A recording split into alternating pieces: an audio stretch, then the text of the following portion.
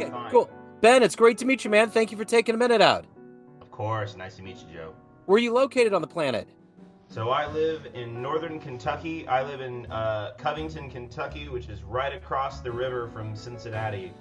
Okay, I could excellent. walk to downtown Cincinnati from my house. It's Interesting. right on the Ohio River. I had no idea there was that level of confluence. Coming from Kansas City, we're kind of bordered with Kansas, so we have all these different little cities and satellites floating around. I Right, get it. Yeah. right. Definitely a similar kind of situation. Yeah, yeah, Yeah. yeah. Very cool, man. Well, it's great to meet you. I'm looking forward to getting into your latest life cycle and your life in music. So thank you, man. Yeah, thank you. Let's begin our journey into your music by asking you this. 5 years ago, this pandemic had wiped away itineraries, changed things Yeah. permanently for all of us, especially musicians. How did you ultimately survive the global pandemic in 2020, and how has it reverberated into your world in 2025? Man, that's a good question. I did a lot of teaching. I did a lot of online teaching, as a lot of musicians did, as the pandemic hit in 2020. Um, I did a lot of teaching. I did a little bit of playing whenever whenever I was able to. There were those occasional outdoor performances, that continued through that summer and that spring even. But it was, pickings were slim for sure. So I between that and I had my the church job that I was working at the time was still having me send in recordings too. So thankfully they were still able to pay me. So I was able to hold it all together by scotch tape and super glue. But then, once 2021, once we got about halfway through 2021 into 22, things really started to accelerate again, and I'm glad to be back in a good place as a working musician. But it was definitely pretty rough there for a little bit. So talk to me a little bit about life cycle. What kind of artistic vision did you have for this, and how good does it feel that it's out and the world's listening to it? Oh man, it feels great. It's been a long time coming. I've had a lot of people telling me for years that I've needed to finally make an album, and I finally did, and it's a great feeling. So what the album is a culmination of about 7 years of composing while living here in the Cincinnati area. I I wrote a lot of this stuff kind of between the pandemic and now, but some stuff has been written even before that. Some stuff dates all the way back to when I was in graduate school, even. So I like to think of the album as sort of a documentation of what my musical interests and what my musical interests have been in the time that I've lived here, and how my playing has grown and how my musicianship has grown since moving to Cincinnati. I found a great group of musicians. There's kind of a core group of maybe a dozen musicians that I play with a lot, and we all push each other. And it's a kind of a unique situation, when you live in one of the big scenes like Los Angeles or New York or Nashville or whatever. A lot of the pressure there is external, right? It's like you're surrounded by so many great musicians, and the standard is so high to begin with that you feel a lot of external pressure to grow. But here, there's a lot of work, and there aren't enough musicians to fill the amount of jobbing work there is to be done. So around here, it's really easy to just kind of settle into whatever you need to do to make money as a musician and then just kind of coast.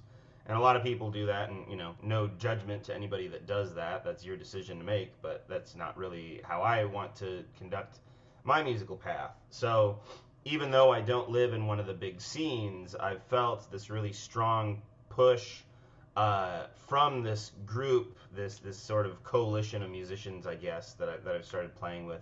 Mostly people around my age, but some a little older, some even a little younger.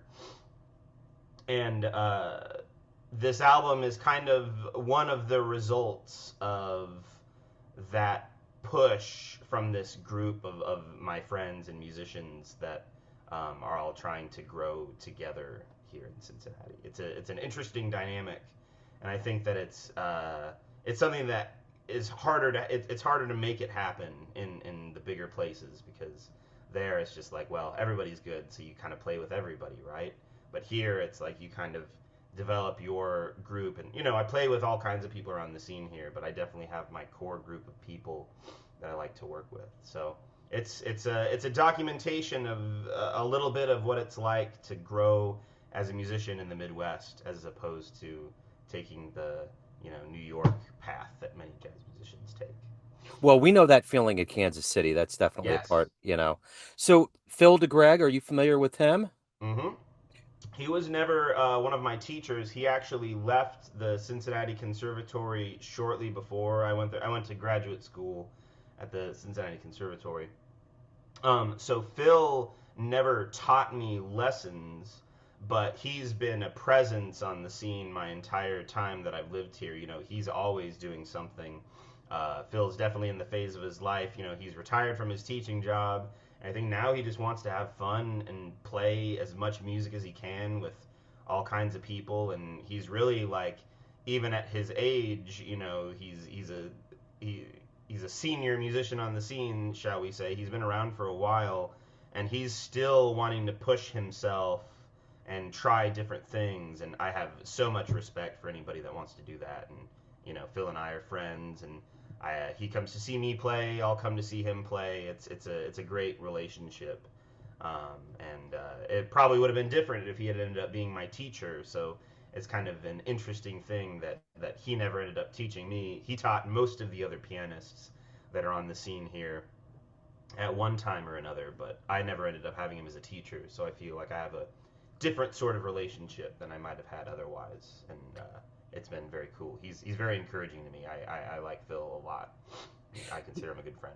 He's a wonderful musician, and hmm he provided one of the most magically unexpected moments I saw on stage in a gig ever. In 2016, he played at the Blue Room, Yeah. and the weather was fine when the show started, and then all of a sudden the wind started, and you could see the trees bending outside. You knew something was Oh up. yeah.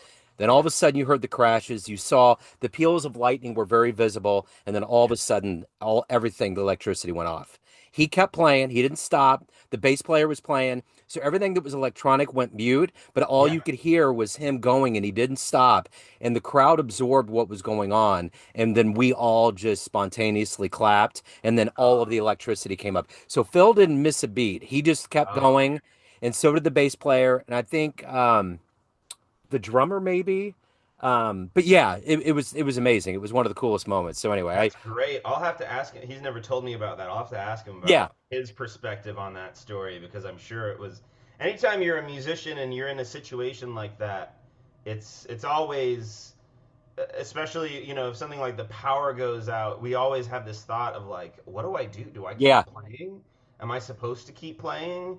And usually you just do because it feels right to do in the moment. But you always, whenever some weird external factors are going on, and it can be a variety of different things, you always have that question in the back of your mind, like, should I, what, am I supposed to, should I stop? Should I Yeah, keep, So I'll be very interested to hear I to will hear be his too. Because he perspective. he knew what to do, that's for sure. Yeah, yeah, So absolutely.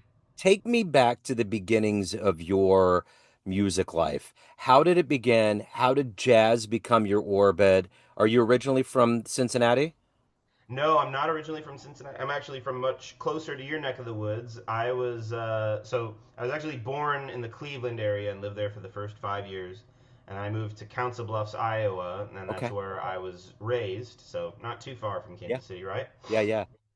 And I kind of went through the conventional piano lessons route at first.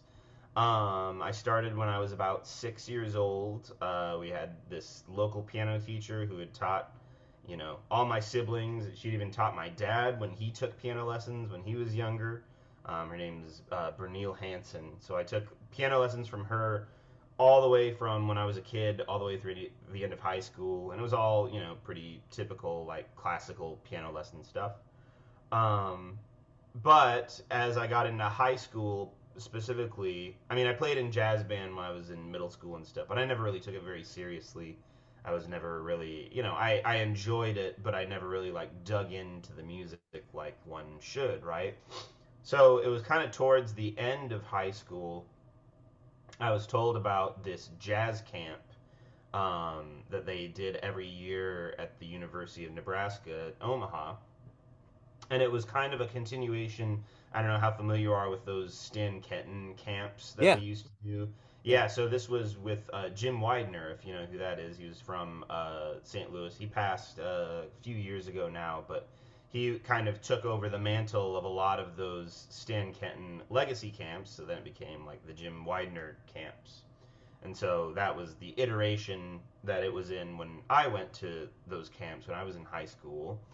And it was kind of that week that unlocked a lot of things for me. The piano teacher there, this great pianist from the St. Louis area, Ken Keener, showed me, all of these like rootless piano voicings, kind of the beginnings of what you should start to know if you're going to accompany somebody else as a pianist playing jazz, right? So those little bits of information, whatever I was able to absorb in that week, kind of gave me that hunger, to try to really learn more. So through that summer and then through my senior year of high school, I started to really like dig into it a lot more. I was practicing way more than I'd ever than I ever had, and I was really focusing a lot more on music in general, not just the jazz stuff. I was practicing my classical stuff a lot more too. I was working on my technique on the instrument, right? So it was really that senior year of high school where I really felt like, oh, okay, like music is something that I could actually do, and it's something that I could like really take seriously. And then I got encouraged. One of the teachers at the University of Nebraska directed my high school jazz band, and he noticed that I was starting to put in a lot of work and I was improving very rapidly. And he says, "Hey, are you going into music as a career? Like, you should seriously consider it if you're not, because you're really, like, I can tell that you're really kind of doing all the right things, and this could be something that you could do if you wanted to." And I had never really considered music as a career until that point. I was getting to the point to where I needed to start, submitting stuff to programs. I needed to send in applications and do auditions and all this stuff. And so basically right before all of that, I decided at the very last minute, like, okay, I'm going to go into a career in music and I'm going to focus on jazz. And it just kind of all within the span of that senior year of high school, it all just kind of was a big tidal wave. And then all of a sudden, I was in the summer after my senior year of high school. I was like, all right, here I am. I'm about to go to college for music in a few months. So it's time to practice. I felt like I had a lot of catching up to do. So I did a lot of work over that summer. And then once I started going to college for a classical degree, mind you, still um, at the time, the University of Nebraska didn't have a jazz studies program. So I got a classical degree, did a lot of jazz stuff, took jazz lessons, and then after that, I moved to Cincinnati, and the rest is history, as they say. But that beginning, a lot of people will ask me like, "Oh, have you known your whole life that you wanted to be a musician?" And the answer is no. Actually, it was kind of, before I went to college, it was sort of a last minute decision that was the culmination of a lot of kind of interesting circumstances. And funnily enough, I actually just taught at that very camp this past week. I just got home from Omaha on Saturday, so just a couple days ago now at the time of this recording. And it was really kind of amazing to go back to that camp and experience from the other end now, right? Now I'm on faculty at the camp and trying to pass that information on to the next generation, and it's uh, a cool experience for sure, getting to see it from the other end. So I'm curious, what was the first live jazz show you saw that blew you away and made you think, I want to do that one day? That's a good question. I think I don't know if this was the first one, but it's definitely the one that sticks out the most in my memory when I believe it was my junior year of high school, actually, just kind of, or no, it was when I was a senior in high school, because I was really getting into the music at this time, right? My dad took me to go see Herbie Hancock at the Holland Center. Um, and it was like, first of all, seeing this storied jazz musician play to a completely packed concert hall was kind of a crazy experience, because I had no idea that people like Herbie and Chick and Sonny Rollins and some of these musicians that were, people who were a big part of the history that were still out and playing, like these guys were like filling concert halls, and they were, that was one thing that really struck me. Is like, wow, I had no idea this many people were still into Herbie Hancock. And two, so many of the tunes that he played, I was just starting to dig into all of his discography, and he played a lot more of the later fusiony stuff.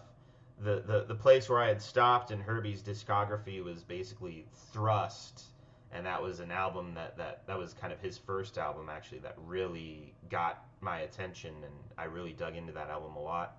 But he played a lot of stuff that came after that. He played some stuff off the Sunlight album. I think he played one of the tunes off of Mr. Hands. He did some of the stuff from later on in his career, and it was seeing that music performed live with that incredible band that Herbie had put together was, unbelievable. And he used his vocoder. He did all the stuff, and it was very impactful. Not only the musicianship, but the way that he used technology and all this gear that he had on stage to make music was big for me. So even though this album that I'm putting out is an acoustic piano album, I have a ton of interest in synthesizers and keyboards and all that stuff. That's a big part of my musical identity too.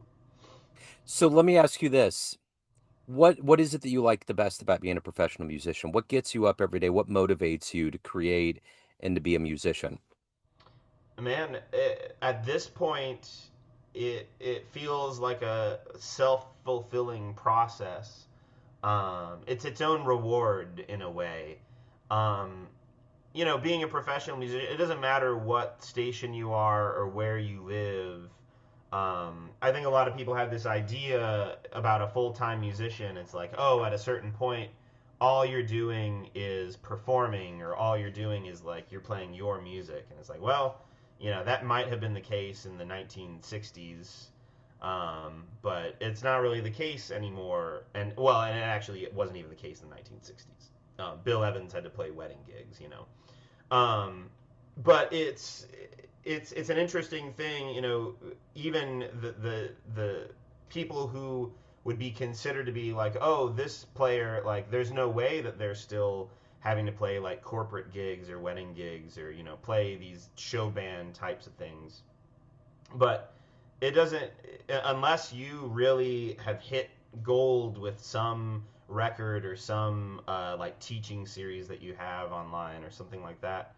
There's a certain amount of just working that you have to do as a musician, and I actually don't mind it. I like having a variety of different things to play. It's like, you think in Kansas City you have all these great players of all different all kinds of great jazz players. You got a great R&B scene. You got a great gospel scene in Kansas City, right? You got all these great musics, but at the end of the day, the people have to make their money. So a lot of those musicians that you go out and see play these incredible shows at clubs in Kansas City, or Minneapolis, or Cincinnati, or New York, or Los Angeles for that matter, almost universally, unless they're like a huge national touring act that's self-sufficient, some of those players on that stage have to do some level of just working as a musician to make ends meet.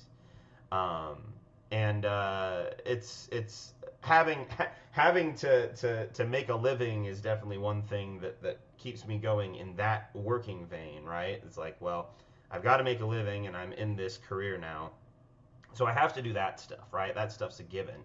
So now it's the question of, how do I carve out a space for the stuff that I want to do and the stuff that I want to create, and how do I make a space for that and allow it to grow, so that maybe in the future, I hope to kind of allow the ratio of my creative stuff to overtake the jobbing stuff. That's my goal over the years, is to allow this other side of what I do to expand. So that's always the challenge living here. But that's also one of the big things that keeps me going, is this, I could say, well, I'm making a living as a musician.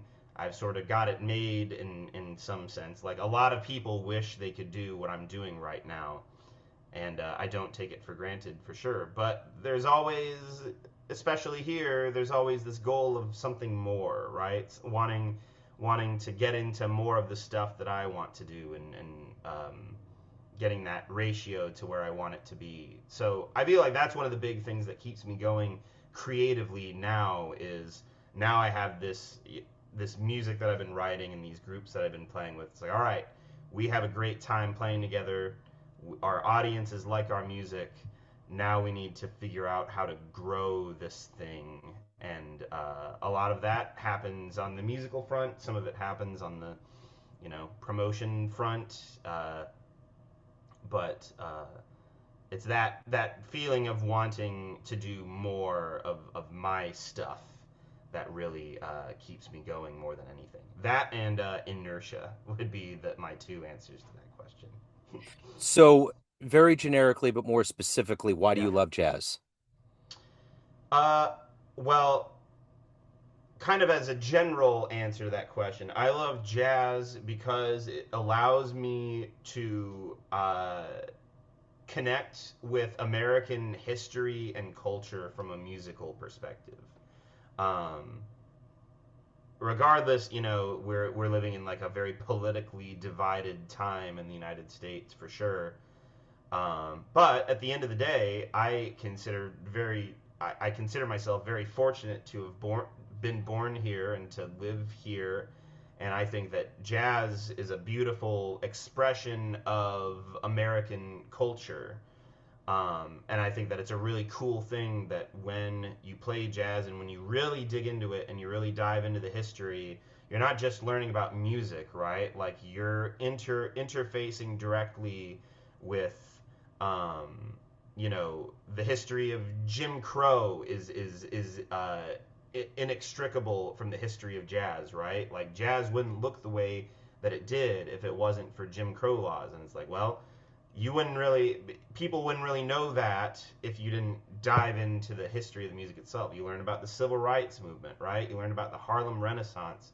You learn about all these great, often glossed over pieces of American history, and you get to see those kinds of movements being set to music. And I think that that's a very beautiful thing. And it's to me, I played a lot of classical music in my life too. To me, jazz is a more complete way for me to express myself. Now, some people will extrapolate that answer into saying that, like, oh, jazz is a greater form of expression than classical music, and I don't believe in that at all. For me, I just believe that improvising and playing this cultural music feels the most feels more like myself than playing any other kind of music does. And I would say that more than anything is what's drawn me to it. But um, in diving in, I feel like I've reaped all these other great benefits. It's just helped me to understand a lot about our history and our culture, and it kind of exposes a lot of things about the United States too, and I think that learning process has been huge for my growth as a person, and I'm very thankful for it. So, at the end of the day, Ben, everyone has a perception of you: family, friends, Yeah, fans, colleagues, students, sure. everyone that knows you, but you run the show. What's your Yeah, perception of you? Who do you think you are? man. That's oh man, that's a tough one. Uh, who do I think I am? Well, I'm somebody who I love music and I love what I do, and I feel like the way when I play music, my hope is that I'm providing a little bit of joy and a little bit of clarity to the people that listen to me. Um, I also I feel like a big part of who I am is like I'm always going to be a teacher. I've always loved teaching, even though I don't do a lot of like classroom teaching. I maybe have 10 or so private students at a time, so it's not like teaching is like a huge part of my livelihood as a musician. But whenever I play, especially when I'm playing for younger musicians who are coming up, um, I I like using my music and my musicianship as an example to younger musicians. Like, hey, if you put work into this, like you can do what you want with it, right? And I feel like I'm a very individual sort of musician. I have my own sound, and I've always kind of been that way. And I hope that by providing an example of my individuality, that I can inspire other musicians, particularly younger aspiring musicians, to be secure in being themselves. That's something that's a strength that I felt I've always had, is I've always been secure in who I am, and my musicianship is an extension of that. And I hope that sort of self-confidence is something that I can give to others, whether they're musicians or not, right? I think there's a lot of self-doubt in the world right now for a variety of reasons, and I think the more secure you can be in who you are and who you want to be, I think if we have more people like that, the world will be a better place. Embracing our individuality, and embracing um, the fact that everybody has something different to say, and the fact that everybody has something different to contribute.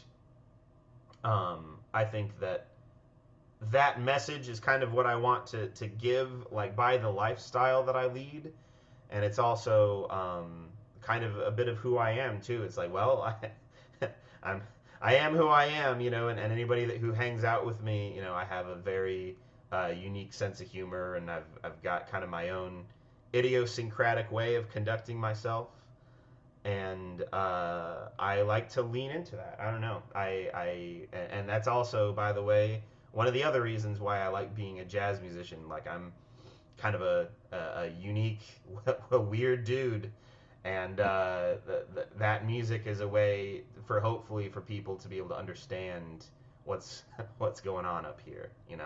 Absolutely. So Life Cycle is the brand new album. It's your debut. And if Mhm. anyone wants to pick up a copy of it, if they want to catch you live, any of the good business, where do they go? They can just go to my website, bentweetmusic.com. It's got all of my performances. I have a good handful of performances coming up through Ohio, through the state of Ohio, in the month of July. So you can find all those performance dates and any future performance dates on the performances tab. And then there's also a link to my Bandcamp site where you can purchase the album. Or, if you want to do it on the streaming sites, I guess you can do that too. But I would rather everybody that's listening go to the Bandcamp site, check it out. And, if you want a CD, I have physical copies of CDs. If you want a digital copy, that's fine. But um, I'll also use this little platform to say, and I'm sure almost everybody you have on this show says this, if you want to get music, especially from an independent musician, go to their website, go to their Bandcamp page, and buy it directly from them. Yeah. We live in a world of middlemen from in a lot of industries, right? It's not just in the music industry. I feel like middlemen have taken over the United States in a lot of ways. So a big way that you can help independent creators is by going straight to the source and getting it straight from them. It's a huge help to us. And I will put that link in the show notes. Ben, great to meet you, man. Wonderful, wonderful to catch up. Best of luck with everything, and hopefully we'll catch up down the line. Thanks, man, and thank you for the great questions too. That was that was a lot of fun for me too. Absolutely. Made me think. Good, yeah. Jazz fans, Joe Domino here, the host of the weekly Neon Jazz radio show and regular interview series being produced and distributed from Lee Summit, Missouri. We are very excited to let you know about the second annual Lee Summit Jazz Festival taking place again this summer on June 28th at the Bridge Space, located at 210 Southwest Market Street in downtown Lee Summit. Following the success of the 2024 festival, the lineup will include Lee Summit students, Casey Area Youth Jazz, Paganova with Michael Pagan, Horoscope with Stan Kessler, Brad Gregory, Adam Larson, and the Lee Summit Jazz Orchestra. There will also be food trucks and vendors to round out a day of celebration. Early bird tickets are 2 for $30, and all details can be found at lsjazzfest.com. We can't wait to see you there.